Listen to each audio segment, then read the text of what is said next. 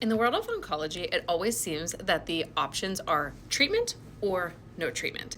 And I feel like when they come see me in palliative care, I always say there's kind of something in the middle.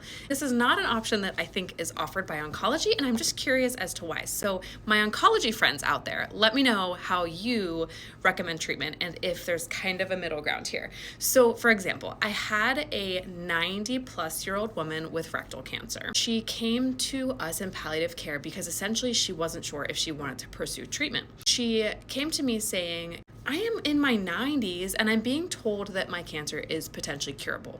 But even knowing that, I'm in my 90s and I don't know if I want to go through treatment. And she was pretty much under the impression that she either did everything, meaning chemo, radiation, surgery, or she did nothing. And until she came to see me, she didn't realize that there was kind of a middle, which was you could start treatment, and if it's not going well, you can stop.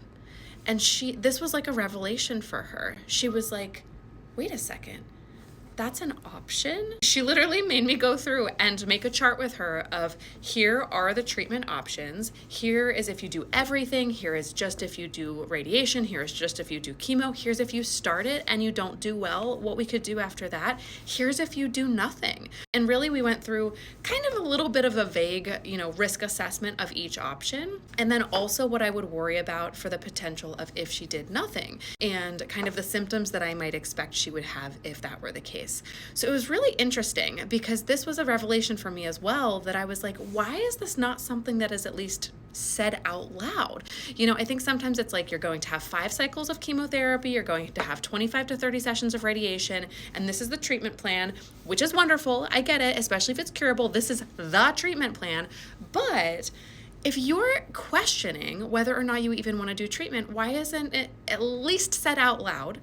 If you start treatment and you're not doing well with it, the option is always there to stop and go from there. See what happens. Talk about the what ifs of the future if you don't do treatment. I'm just curious what you guys think. Please share this with anyone that you think would benefit from this information. And as always, follow along for more and let me know if you guys have questions.